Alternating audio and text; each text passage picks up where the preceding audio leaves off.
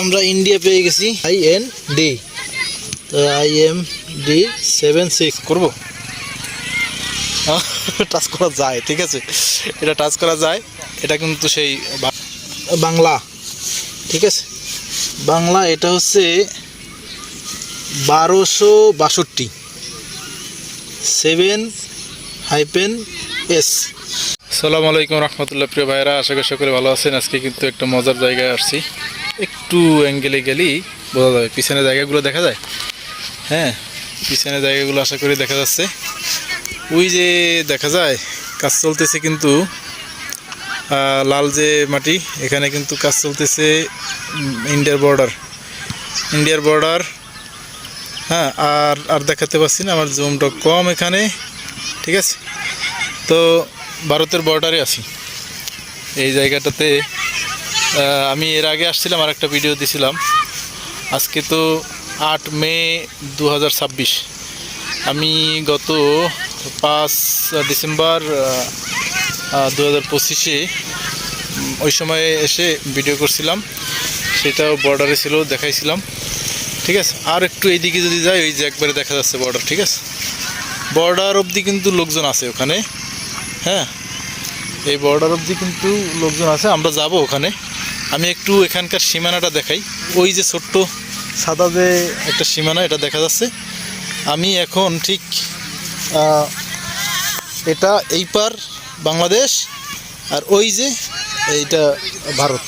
তো আমি একটু ওই যে সীমানাটা যাই। হ্যাঁ, তো দেখি আজকের ভিডিওটা হয়তো দেখতে বেশি ভালো হবে না। হ্যাঁ, কিন্তু আমার সীমানাটা দেখানোর মূলত উদ্দেশ্য ছিল যে আমি একটু সীমানাটা দেখাই। যদিও সীমানাটা যদি লেখা থাকে তো ভালো। কি লেখা আছে?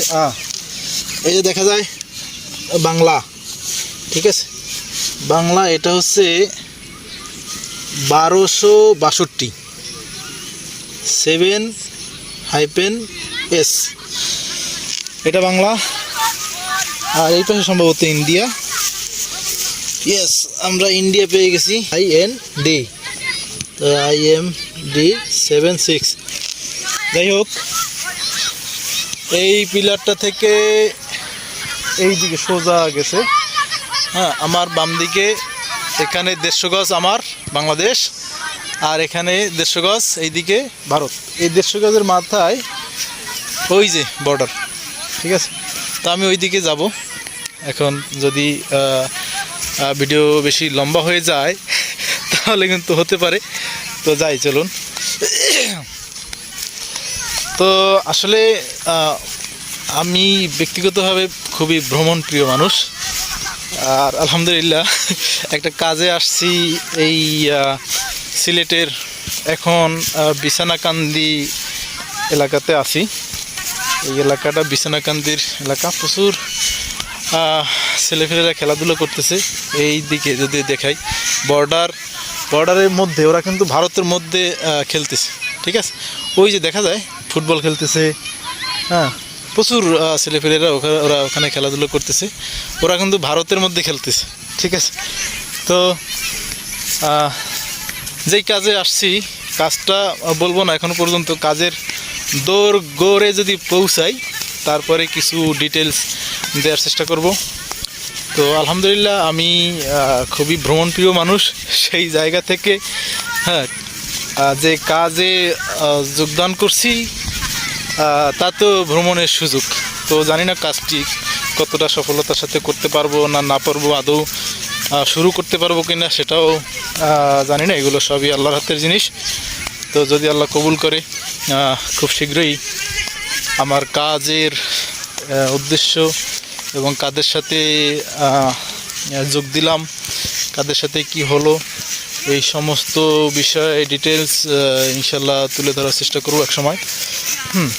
আর ফাঁকে ফাঁকে আমার মজার জায়গাগুলো, আমার ভালো লাগার জিনিসগুলো আপনাদের সাথে দেখানোর চেষ্টা করব, শেয়ার করার চেষ্টা করব ইনশাল্লাহ, ঠিক আছে।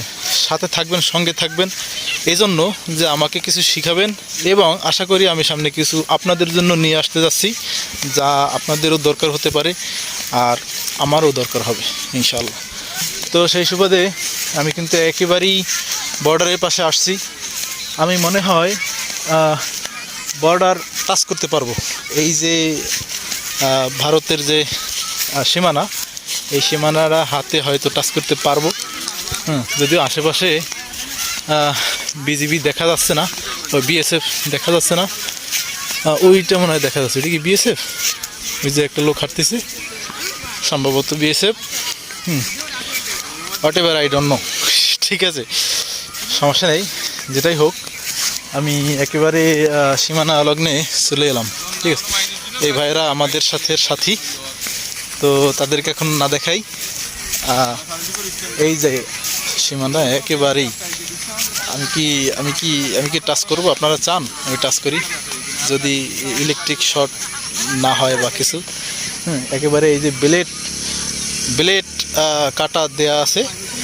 ঠিক আছে, আমি টাচ করব না।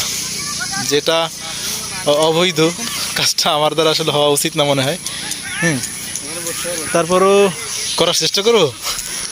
আমি কিন্তু আতঙ্কিত নাকি, টাচ কি করবো? করা কি ঠিক হবে? হ্যাঁ, আমার টাচ করা ঠিক হবে কি আমি জানি না। ঠিক আছে, তারপরও করব। এই যে টাচ করব, টাচ করা যায়। ঠিক আছে, এটা টাচ করা যায়। এটা কিন্তু সেই ভারতের বর্ডার, এখানে বেশি সময় থাকা ঠিক না। ঠিক আছে, এই অবস্থায় বেশি সময় থাকা ঠিক না। তো আলহামদুলিল্লাহ দেখানো হলো যে ভারতের সেই একবারে সীমানা ধরে দেখানোর চেষ্টা করলাম, দেখিয়ে। আর কি, আমার কিন্তু দুঃখ করে, কারণ যেভাবে বর্ডারে কিলিং হয়, যদি আমার এই বুকটা ফেটে যায় একটা বুলেট এসে, অবশ্যই খারাপ লাগবে না, কষ্টই লাগবে। ঠিক আছে, আসসালামু আলাইকুম রহমতুল্লাহ। আশা করি সকলে ভালো থাকবেন। আসসালামু আলাইকুম। আল্লাহ সকলকে হেফাজত করুক। ফি আমানিল্লাহ।